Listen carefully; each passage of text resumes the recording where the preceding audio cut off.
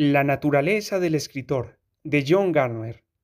Casi todo escritor principiante pregunta en un momento u otro, o quisiera atreverse a preguntar, a su profesor de literatura creativa o a alguien que crea que puede responderle si de verdad tiene o no lo que hace falta para ser escritor. Y la respuesta sincera es casi siempre, sabe Dios. A veces se responde rotundamente sí, si no te desvías de tu propósito. Y alguna que otra vez a ello habría que responder, no lo creo. No es probable que quien haya enseñado literatura durante mucho tiempo o haya conocido a muchos escritores primerizos dé respuestas más concretas que estas, pero la pregunta resulta más fácil de contestar si el escritor en cierne no se refiere a llegar a ser únicamente alguien que puede publicar, sino un novelista serio, es decir, un artista sin compromiso y enteramente dedicado a su arte, y no simplemente alguien que puede publicar una historia de vez en cuando. En otras palabras, si el principiante es de la clase de personas para quienes se ha escrito principalmente este libro, lo cierto es que en los Estados Unidos hay tantas revistas, y en el mundo ya no digamos, que casi cualquiera, si pone empeño, puede conseguir que tarde o temprano le publiquen un relato. Y una vez que el escritor principiante ha publicado en una revista, pongamos que en cierta modesta publicación trimestral, con lo que en su carta de presentación a otros editores puede poner, mis escritos han aparecido en tal o tal revista. Sus posibilidades de publicar en otras publicaciones aumentan. El éxito engendra éxito. Por un lado, el haber publicado en 5 o 6 revistas modestas virtualmente garantiza el éxito en otras revistas no tan modestas, porque los editores, en la duda, suelen dejarse convencer por la certificación de que se ha publicado, sea donde sea. Y por otro lado, cuanto más escribe y publica el escritor novel, especialmente si publica tras haber mantenido correspondencia con un editor inteligente y dispuesto a dar consejo, más seguridad y habilidad adquiere. En cuanto a publicar una novela no muy buena, las posibilidades son mayores de lo que se podría pensar, aunque puede que la paga tampoco sea buena. Siempre hay editores que buscan nuevos talentos y están dispuestos a correr riesgos, y entre ellos abundan los que buscan específicamente ficción de mala calidad, pornografía, novelas de horror, etc. Hay escritores jóvenes que, debido a una peculiaridad de su forma de ser, no se sienten tales si no han conseguido publicar algo, como sea, donde sea. Probablemente dichos escritores harán bien en conseguirlo y acabar con ello de una vez, pero harían aún mejor si, con las miras puestas en el futuro, mejoraran su nivel y lograran aparecer en publicaciones de mayor prestigio. Es difícil borrar esta clase de baldones, como también lo es desembarazarse de técnicas burdas una vez que han dado resultado. Es como intentar dejar de hacer trampas en el golf o de engañar en el matrimonio. Para poder responder de forma responsable a la pregunta del joven escritor, el profesor, o quien sea, tiene que tomar en consideración diversos indicadores que no son seguros, pero que ofrecen indicios válidos. Algunos de estos indicadores están relacionados con las facultades del individuo, evidentes o potenciales, y otros con su carácter. El que ninguno de ellos sea infalible se debe en parte a que son relativos y en parte a que el escritor puede mejorar, abandonando hábitos técnicos o de su personalidad, mejorando por mera obstinación o simplemente, con el tiempo, pasar de ser un probable no escritor a convertirse en un probable escritor de éxito. Primero, la lista podría iniciarse con cualquiera de los mencionados indicadores. Por conveniencia, permítaseme empezar con la sensibilidad verbal. Las buenas notas en lengua pueden o no indicar sensibilidad verbal, es decir, las dotes del escritor para comprender los usos del lenguaje y su interés en ello. Quizá estén más relacionadas con la competencia, la sensibilidad y la sutileza del profesor que con las facultades del alumno. No es del todo cierto que todo escritor tenga un agudo sentido del ritmo de la frase, la música del lenguaje o de las connotaciones y del registro lingüístico, ámbito de uso de las palabras. Hay grandes escritores que lo son a pesar de sus ocasionales deslices, frases malsonantes, metáforas inadecuadas e incluso empleo disparatado de palabras. Theodore Dreiser puede escribir: la encontró intelectualmente extremadamente interesante, construcción tan poco lograda y cacofónica que cualquier buen escritor huiría de ella. Y, sin embargo, pocos lectores negarían que nuestra hermana Carriet y una tragedia americana sean obras de arte. El escritor con mal oído, si es bueno en otros aspectos, puede acabar escribiendo novelas más profundas y mejores que el más elocuente virtuoso verbal. Y hay que añadir que la sensibilidad verbal del verdadero artista puede ser algo que al profesor corriente de lengua se le puede escapar a primera vista. A mucha gente que le preocupa el lenguaje le horroriza oír, por ejemplo, opefluit, esperanzadoramente, empleado en el sentido de it hoped, se espera. Esperamos que, o oír a los políticos decir forthcoming, afable, cuando quieren decir directo, franco, o a la gente de empresa decir refiriéndose a reacción. Y dada su aversión al cambio lingüístico, o quizá habría que decir aversión a cierta clase de personas, el rigorista refinado puede rechazar por precipitación un uso ingenioso y sensible de la palabra o frase sospechosa. La sensibilidad verbal del verdadero artista, dicho de otro modo, puede ser diferente de la de quien escribe en buen inglés convencional. Puede que los niños negros que juegan en la calle a las docenas, a replicarse ingeniosamente con metafóricos insultos a sus respectivas madres, empleando metáforas que no son siempre gramaticales ni claras, demuestren mayor sensibilidad verbal que los escritores de discursos que contribuyeron a crear la imagen de John Kennedy. Además, como se desprende del ejemplo de Dreiser, cada tipo de escritor tiene su grado de sensibilidad verbal. Un poeta, para practicar su arte con éxito, debe tener un oído tan fino para el lenguaje que al novelista corriente ha de parecerle casi anormalmente quisquilloso.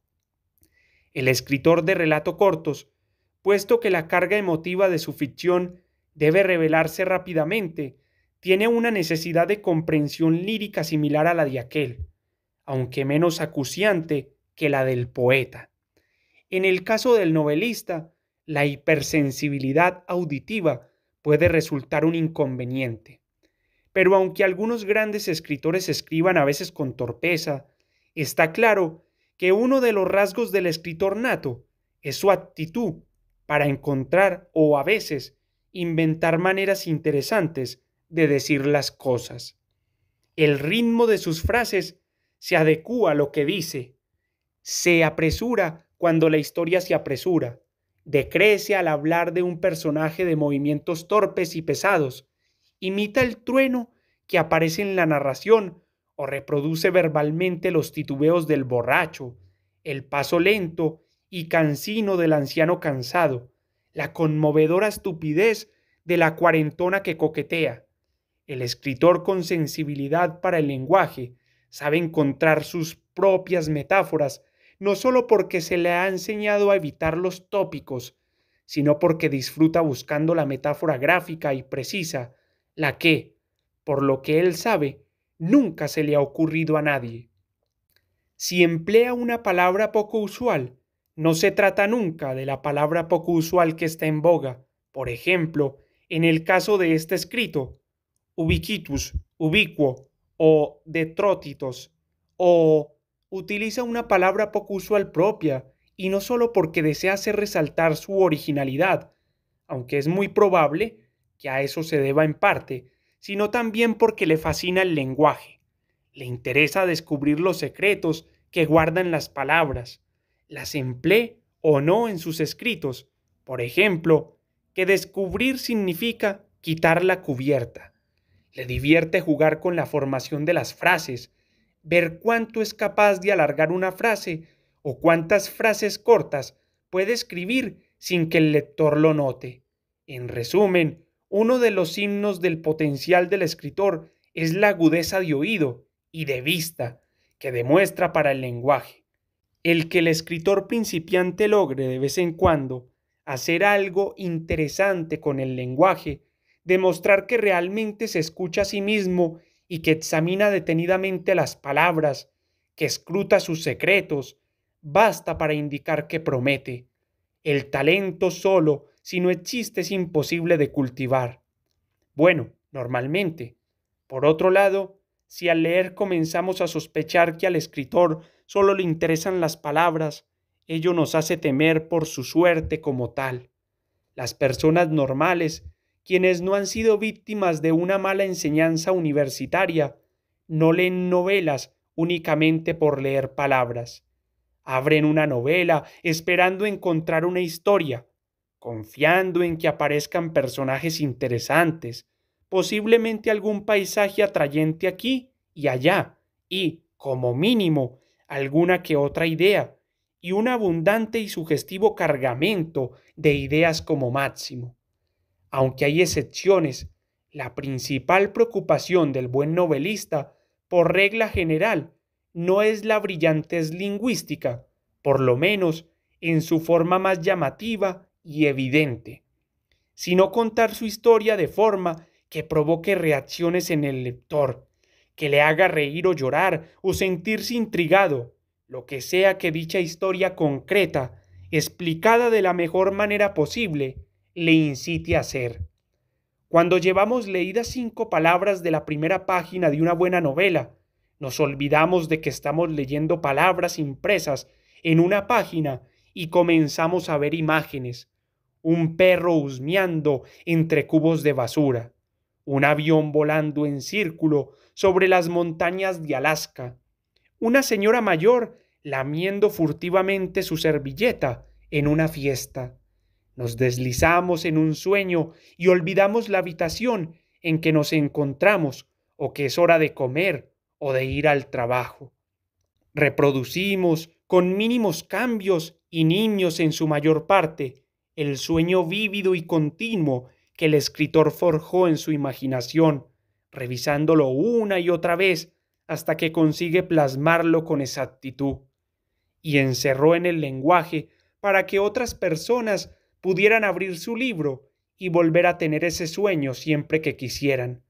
Si el sueño ha de ser vívido, las señales del lenguaje del escritor, las palabras, los ritmos, las metáforas y demás, han de ser nítidas y suficientes. Si son vagas, descuidadas, confusas, o si no bastan para hacernos ver claramente lo que se nos presenta, nuestro sueño será nebuloso, desconcertante y acabará molestándonos y aburriéndonos. Y si el sueño tiene que ser continuo, tenemos que poder leerlo con atención y no vernos obligados a releer las palabras impresas porque el lenguaje empleado nos distrae. Así, por ejemplo, si el escritor comete una falta gramatical, el lector deja de pensar en la señora mayor de la fiesta y mira las palabras del texto para ver si, como parece, la frase es gramaticalmente incorrecta. Si lo es, el lector piensa en el escritor o posiblemente en el editor. ¿Cómo es que se les ha escapado una cosa así? Y no en la señora, cuya historia se ha visto interrumpida. Generalmente, el escritor que se preocupa más de las palabras que de la historia, personajes, acción, escenario, ambiente, no consigue crear ese sueño vívido y continuo. Se estorba demasiado a sí mismo, embriagado de poesía, no distingue el grano de la paja, Así pues, al juzgar la sensibilidad verbal del joven escritor, no hay que preguntarse únicamente si la tiene o no, sino también si, quizá, le sobra. Si no la tiene, le esperan dificultades, aunque, como ya he dicho, puede llegar a triunfar igualmente, porque tiene algo más que compensa ese punto débil, o porque, cuando se le señala ese punto débil, consigue ponerle remedio. Cuando la sensibilidad verbal del escritor es excesiva, el éxito de éste, si pretende escribir novelas, no poemas, dependerá de que aprenda a preocuparse también de los demás elementos de la ficción y, en bien de estos, a refrenarse un poco, como un chistoso en un funeral, o de que consiga encontrar a un editor o a unos lectores que, como a él, les interese sobre todo el lenguaje depurado.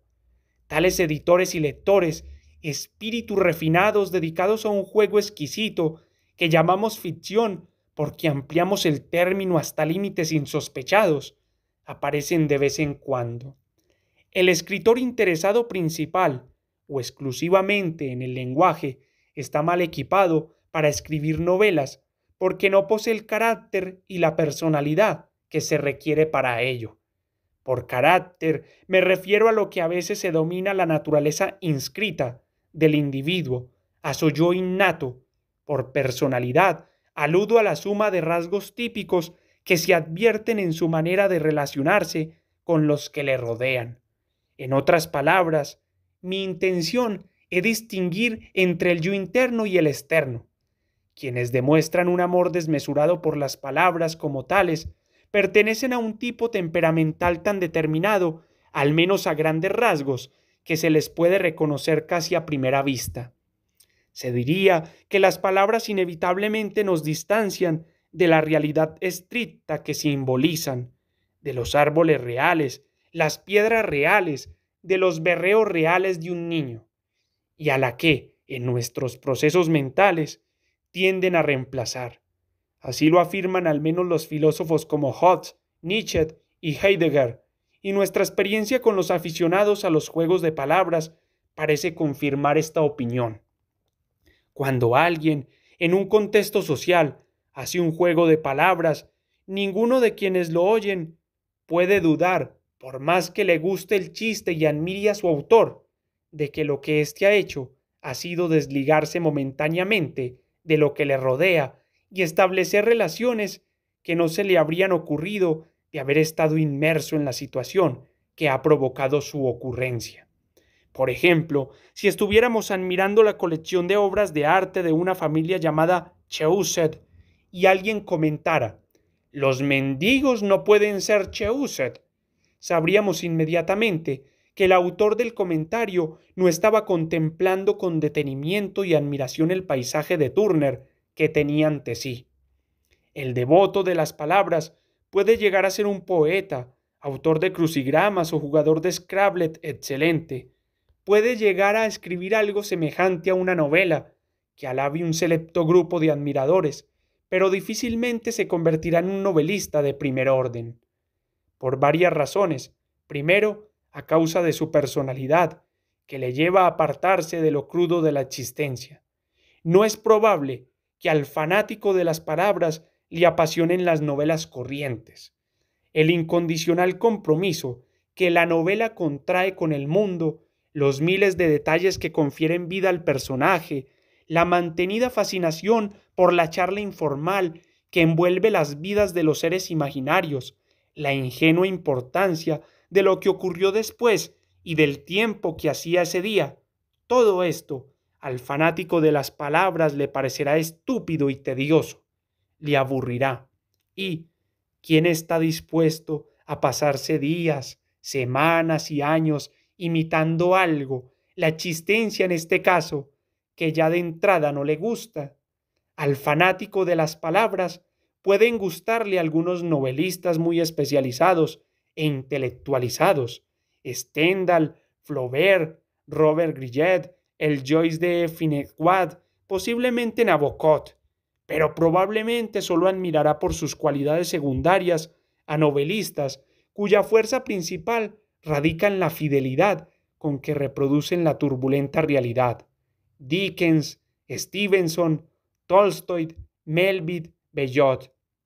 Con todo esto, no pretendo decir que la persona interesada principalmente en quienes demuestran habilidad lingüística esté incapacitada para apreciar los buenos libros, cuyas principales virtudes son sus personajes y la acción, ni que, a causa de su propensión a distanciarse de la realidad, lo esté también para querer a su mujer y a sus hijos. Solo digo que el grado de admiración que despierta en él la novela clásica probablemente no bastará para impulsarle a seguir la tradición.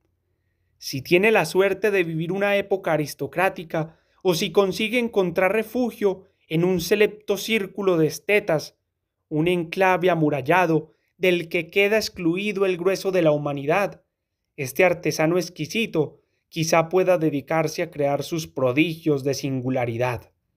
Pero en una época democrática, abastecida sobre todo por editores con objetivos eminentemente comerciales, solo logrará seguir adelante si demuestra una fidelidad a sí mismo y una tenacidad extraordinarias. Quizá reconozcamos todos, pero también puede que no sea así, que la especializadísima ficción que escribe tiene valor, pero en la medida que él sospeche que ha nacido en un tiempo y un lugar indignos de su genio, en la medida en que se sienta lejano de las preocupaciones del vulgo, o crea que su ideal carece de sentido, o incluso que es invisible para la mayoría de la humanidad, su voluntad se verá mermada. Poco interesado en la clase de novela que a los lectores experimentados e instruidos les gusta leer y sin excesivo apego a su círculo de admiradores, puesto que el distanciamiento irónico, que quizá, como en el caso de Flaubert, llegue incluso a escéptica misantropía, forma parte de su manera de ser. En toda su vida consigue escribir 1 o 2 libros, o ninguno.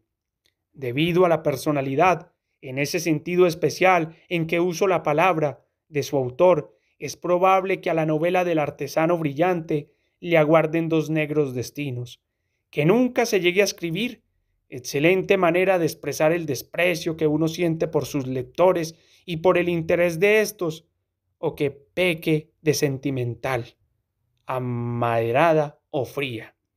Para publicar una obra de la extensión de una novela, quien la escribe debe aspirar a una de estas 2 cosas: hacerse con un reducido círculo de admiradores o a encontrar los medios necesarios para cumplir el primer requisito que el lector ordinario exige de cualquier escrito de extensión superior a 15 páginas, a saber, fluidez, la sensación de que los acontecimientos discurren en determinada dirección, de que fluyen hacia adelante.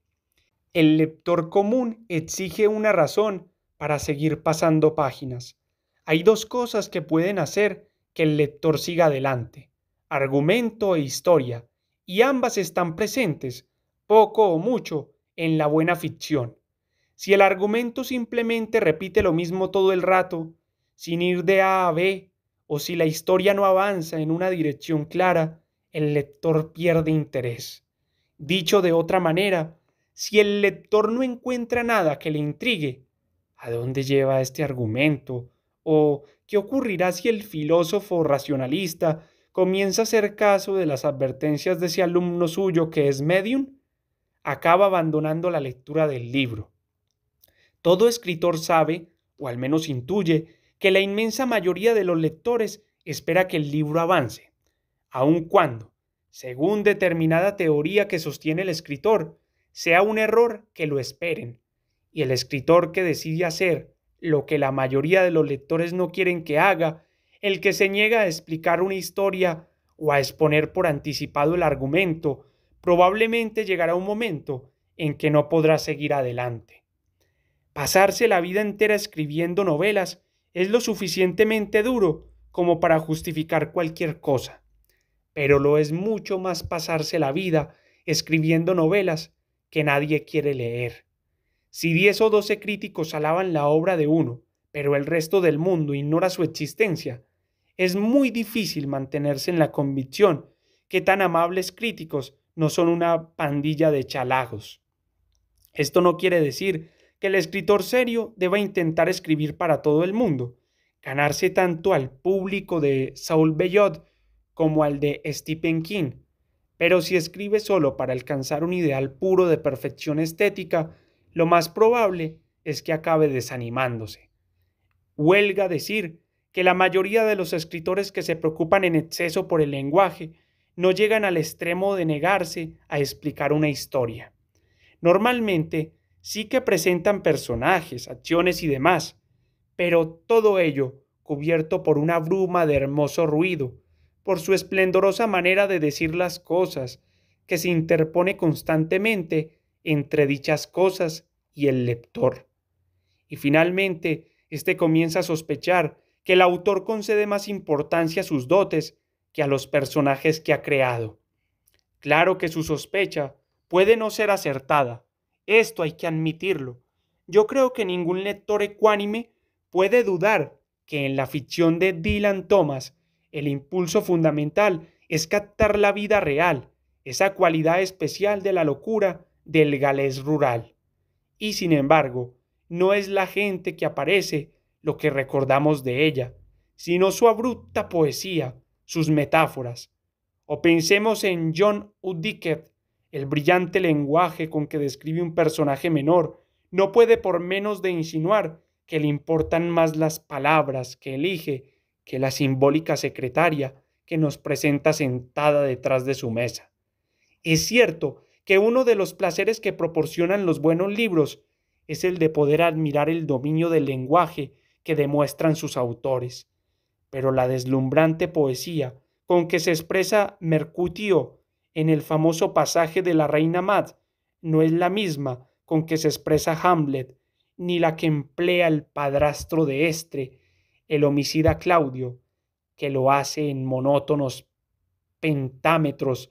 Shakespeare, como todos los grandes escritores, adecua el lenguaje a quien habla y a la ocasión. Tanto Hamlet como Mercutio son personajes en cierto sentido desequilibrados, pero su desequilibrio es de distinta índole y eso se refleja en el lenguaje. La locura de Mercutio es fantasiosa y fantasmal. La de Hamlet es la locura de la ironía enferma y del constreñimiento. Mercutio grita y hace aspavientos mientras acumula metáfora tras metáfora. Hamlet, en su neurótica mezquindad, es tan sutil que sus enemigos no se suelen dar cuenta de que les ha insultado. Por ejemplo, cuando su padrastro le pide que se conforme, que sea razonable, que deje de llevar luto y de andar a vueltas con la muerte de su padre, que se comporte como es debido, Hamlet contesta: os serviré con mi mejor intención. Pero el sentido medieval de in mi bed es de negro, en otras palabras, vestido de luto. Con la malicia del neurótico hostil, está diciendo al mismo tiempo: haré lo que decís y os desafío. En la obra de Shakespeare, el lenguaje brillante nunca es gratuito, está siempre al servicio del personaje y de la acción.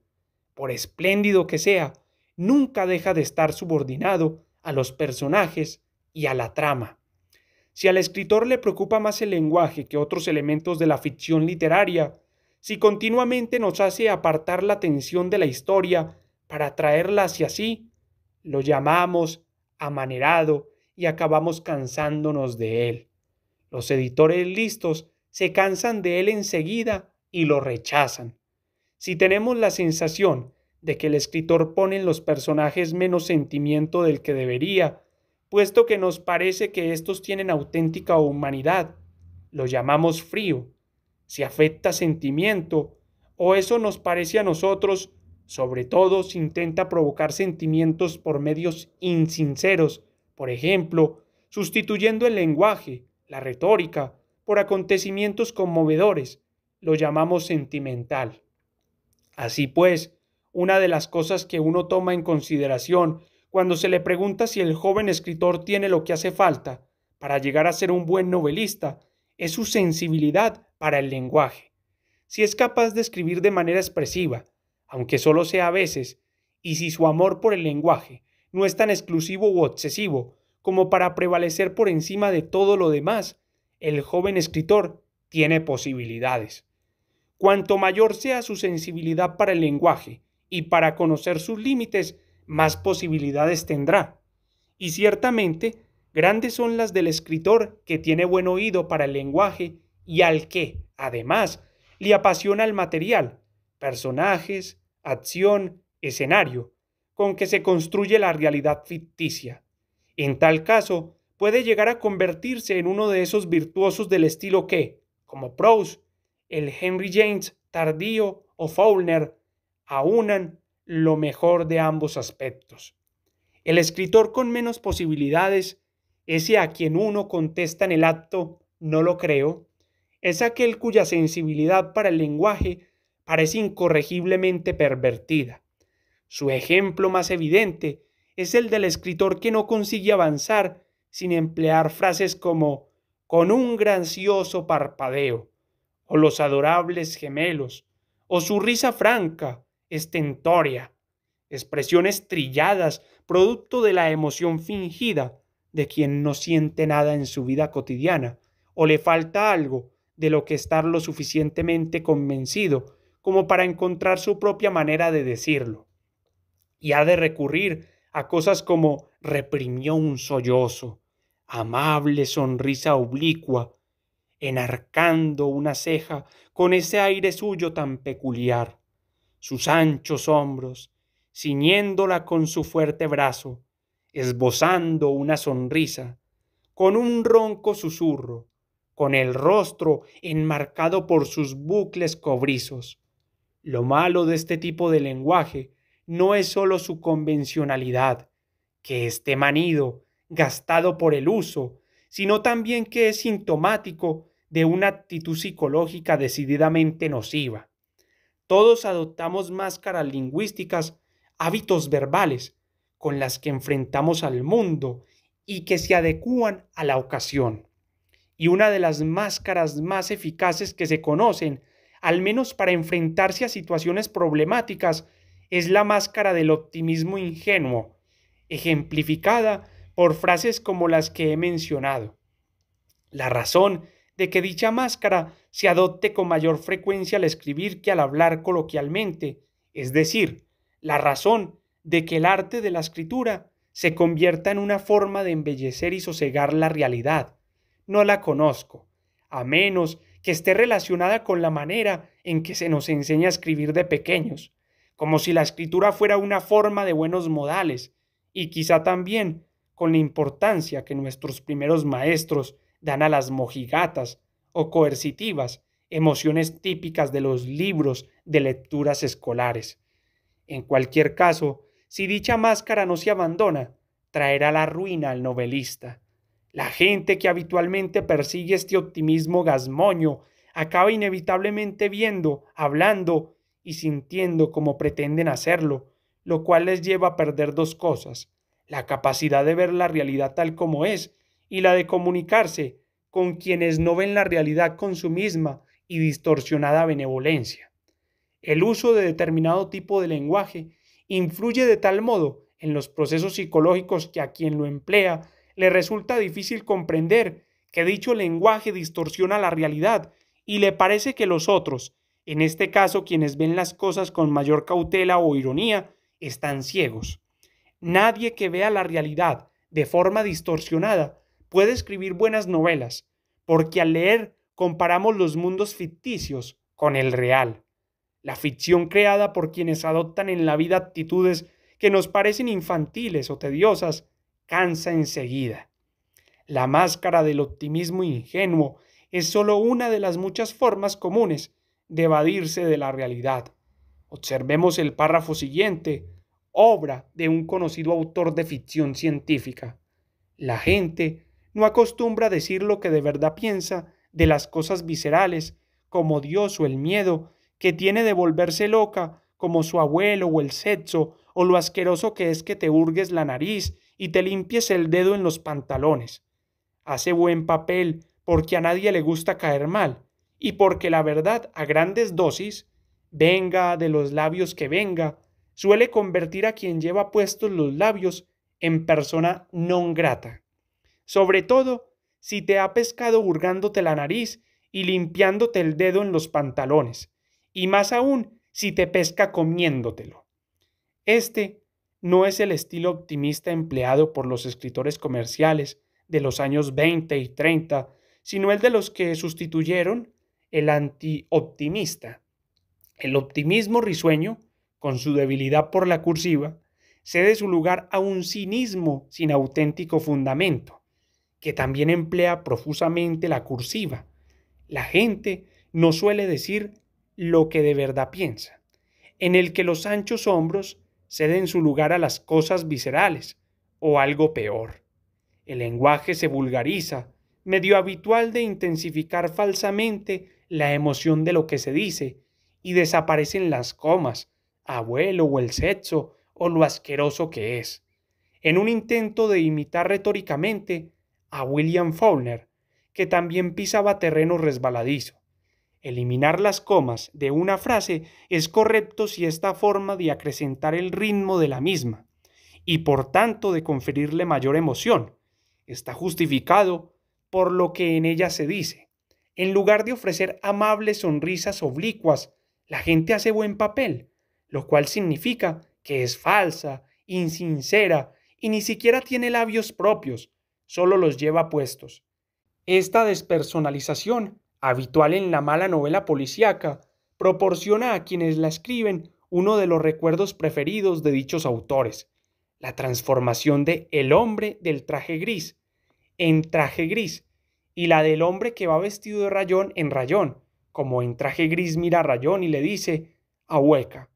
Esto suele verse incluso en la novela policíaca aceptable. No es fácil librarse del pelo de la dehesa. Los chistes, las imágenes vulgares y las frases procedentes de todo tipo de jergas son moneda corriente en la ficción antioptimista, y su uso responde a un intento de escandalizar a los puritanos. Naturalmente, nadie se escandaliza, aunque puede que a unos pocos les parezca que sí, cuando lo único que hacen es interpretar erróneamente su disgusto, y produce disgusto porque es postizo, pura imitación de cosas que ya han sido imitadas en exceso anteriormente. El problema de dichos escritores, hay que hacer mención de ello, no es que como personas sean peores que quienes escribían en el estilo optimista, son casi iguales, idealistas, gente que por simpleza anhela bondad, justicia y cordura. La diferencia entre ambos tipos es de estilo. El personaje Jad el Destripador, del mismo escritor de ficción científica, se siente ultrajado cuando se entera de que ha sido un juguete en manos de los utópicos, un psicópata, un asesino, un lascivo, un hipócrita, un payaso. Tú me has hecho esto. ¿Por qué me lo has hecho? La locura cubrió sus palabras.